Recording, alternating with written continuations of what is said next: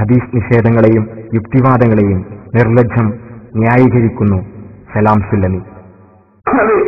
ഞാൻ 60 ഹദീസ് ലൈഫാക്കിയിട്ട് മുജാഹിദ് എന്തെങ്കിലും നഷ്ടപ്പെട്ടുള്ള സുന്നത്ത് നിങ്ങൾ 60 ഹദീസ് ലൈഫാക്കിനെ പറയലാതെ കൂട്ടം ഞാൻ ലൈഫാക്കിയോണ്ട് മുജാഹിദ് പ്രസ്ഥാനം വിശ്വസിച്ചു പോകുന്ന ഏത് വിശ്വാസത്തിനെ നഷ്ടം സംഭവിച്ചത്, ഏത് സുന്നത്തെ അവർക്ക് നഷ്ടപ്പെട്ടത്, ഏത് 100 സുന്നത്തെ നഷ്ടപ്പെടുക, എന്താ പ്രശ്നം എന്നറിയാം.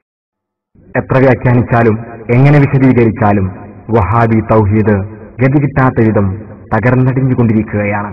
മൗലവിമാർ ഇത് ചെയ്യേണ്ടത് തെറ്റുതിരുത്തി യഥാർത്ഥ ഇസ്ലാമിലേക്ക് കടന്നുവരലാണ്.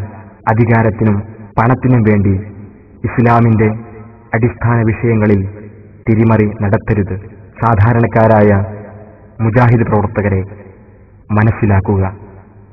മൗലവിമാർ നിങ്ങളെ ഇത്രയും കാലം വഞ്ചിക്കുകയായിരുന്നു.